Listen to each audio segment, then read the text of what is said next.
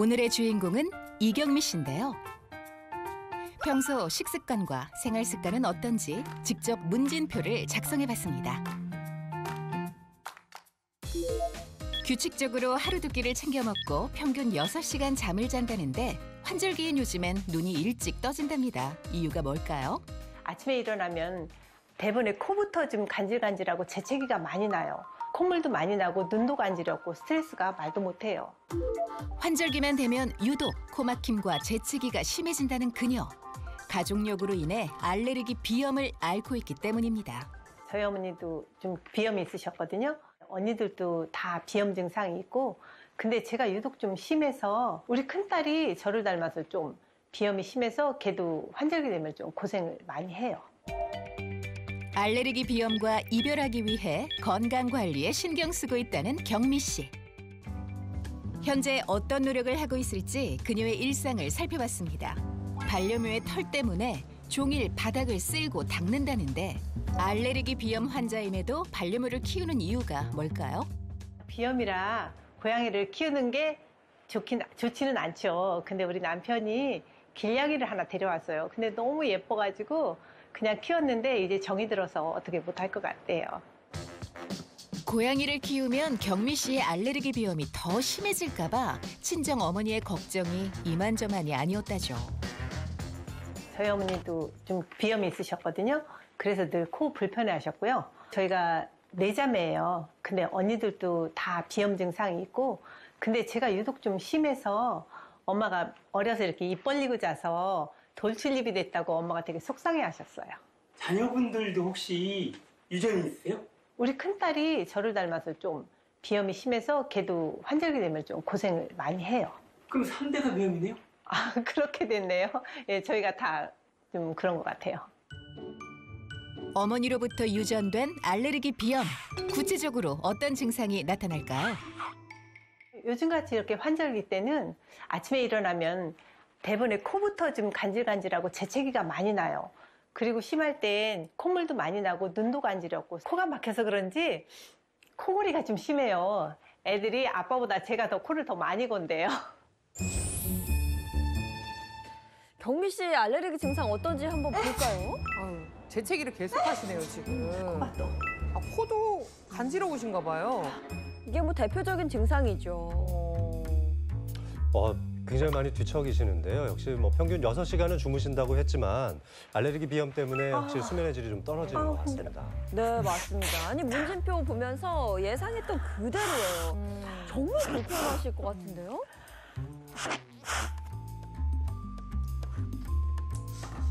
요리하실 때도 보면 알레르기 비염이 후각 상실이나 후각 저하도 유발할 수 있거든요.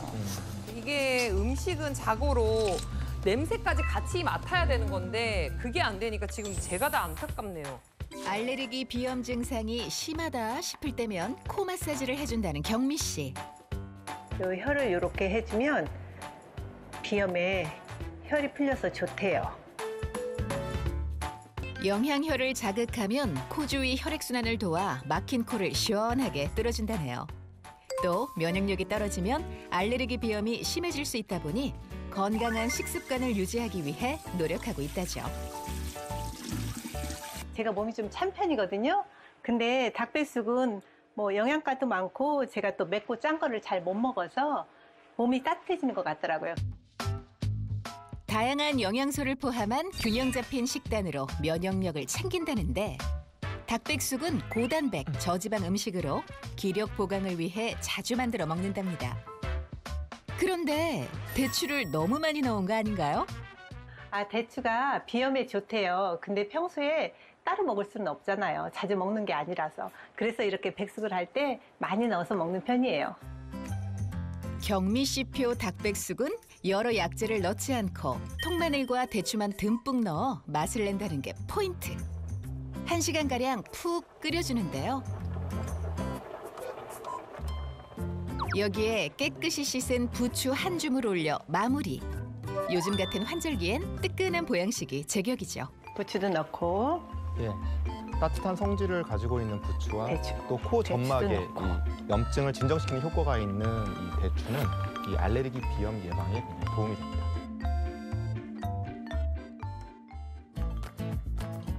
비염이 심해지면 천식, 치매, 당뇨로 이어질 수 있다는 걱정 때문에 건강 관리를 게을리하지 않는다는 그녀.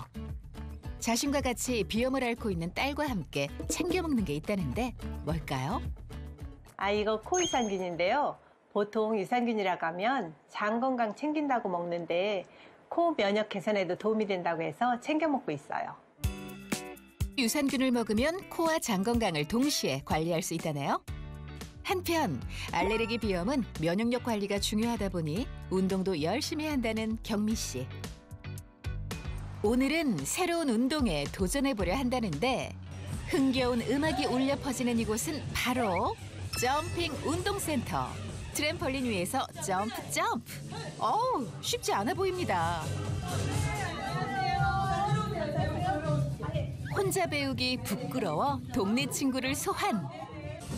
경미 씨는 평소 요가나 걷기 등 정적인 유산소 운동을 한다는데 트램펄린 위에서 격렬하게 뛰는 동작을 반복하는 점핑 운동. 힘들진 않을까요? 이렇게 스트레스가 확 풀리는 것 같아요. 너무 재밌어요. 이렇게 점핑 운동하면 뭐 스트레스도 알레르기 비염도 다 날아갈 것 같아요. 그리고 이런 점핑 운동이요. 심폐 능력을 향상시켜주는 데 도움이 될 수 있거든요. 그러면 혈액순환이 개선되니까 코점막 충혈도 완화해 줄 수 있죠.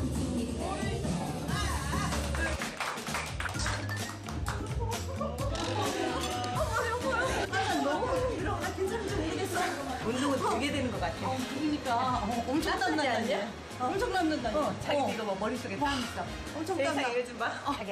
자기 요즘 환절기인데 코 괜찮아? 괜찮지. 너도 비염 있어서 그렇지. 맞아. 그래서 나도 엄청 코골아. 이거 코 유산균인데 너 하나 먹어봐봐. 친구의 코 건강까지 챙기는 경미 씨. 우리가 오늘 운동 열심히 했으니까 앞으로도 더 열심히 하고 건강하게 살자. 파이팅! 환절기면 어김없이 찾아오는 알레르기 비염. 특히 면역력 관리에 힘써서 코 건강 지켜보세요. 네, 알레르기 비염으로부터 코 건강을 잘 지키고 계신 주인공을 만나봤는데 전에 이 비염이 심했을 때 그 회상 영상이 있었잖아요. 네. 야, 근데 삶의 질이 많이 떨어지겠구나 싶어요. 그러니까 영상의 한 90%가 휴지랑 같이 막 재채기하고 코 간지시고 이렇게 하셨거든요. 근데 저는 저 영상 보면서 와, 우리 양기영 선생님 명이구나라는 생각을 했어요. 아니 아까 유전 얘기 하셨거든요. 근데 진짜 경미 씨 어머니, 경미 씨의 또 큰 따님까지 지금 비염을 앓고 있다고 했거든요. 어떻게 알았대? 근데 저는 보면서 우리 장민욱 교수님, 뭐 민혜 선생님도 명이구나 싶었던 부분이 네. 앞서 이제 합병증 얘기를 해주셨잖아요. 근데 합병증 많았던 것 중에 하나가 얼굴 변형이었는데 맞아. 실제로 입을 벌리고 자면서 숨을 입으로 쉬면서 얼굴 변형을 겪으셨던 사례자분이셔서 합병증에 대한 걱정을 정말 하지 않을 수가 없겠구나 네. 그런 걸 느꼈습니다. 근데 코 건강 신경 쓰면서 식단도 거기에 맞게 조절을 하고 운동도 꾸준히 하고 이렇게 생활 자체를 바꿨잖아요. 네. 건강 리모델링의 비결 또 한번 꼽아볼까요? 어떤 게 있을까요? 제가 봤을 때는 경미 씨가 이렇게 알레르기 비염을 잘 관리하시고 건강 리모델링을 하신 비결에는 코 유산균의 영향이 컸던 것 같아요. 좀 생소하시죠? 네. 사실 알러지 반응이라고 하는 게 앞서서 설명드린 것처럼 많은 면역세포들의 상호작용 때문에 일어나거든요. 그렇다 보니까 면역력을 담당하는 유산균들도 중요할 수밖에 없어요. 근데 다양한 유산균 중에서도 알러지 반응을 줄이는 데 도움을 줄 수 있는 이 균주들을 모아서 만든 게 바로 코 유산균 MVP1703입니다. 요게 유산균 네임은 아니고요. 유산균은 두 가지 균주를 주로 이제 구성을 하고 있는데 하나는 김치에서 유래를 했다고 해요. 락티플란티바실러스 플란타넘 IM76이라고 하는 유산균이 있고요. 어려워. 장내 세균총에서 추출한 것도 있어요. 비피도박테리움 롱검 IM5. 이 두 가지 유산균 균주가 특히나 알러지 증상을 줄이는 데 도움을 준다고 합니다.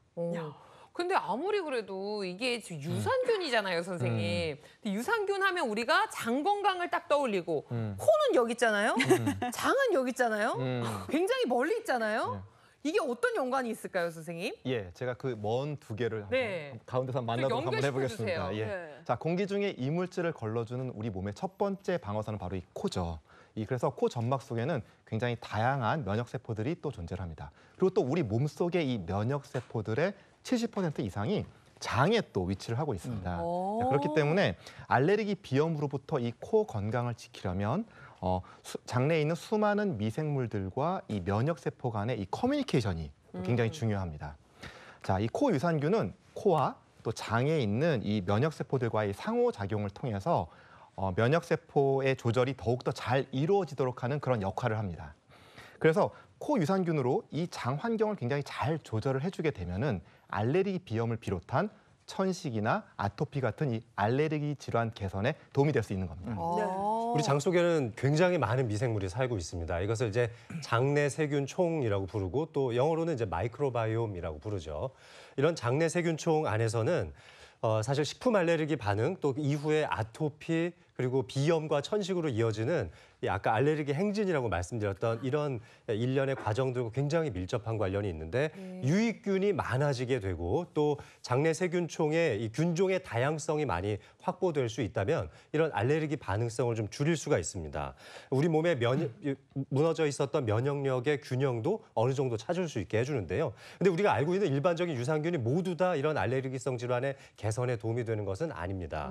이 알레르기 개선에 도움이 될 수 있는 균주가 포함되어 있는 이 코 유산균이 면역 세포 조절에 좀 영향을 미치기 때문에 알레르기 비염에도 도움이 될 수 있는 거죠. 그러니까 얘는 좀 특별하네요. 일반 유산균과는 달리 코 건강도 지켜주고 또 이 장 건강도 지켜주고 약간 일석이조의 느낌이네요.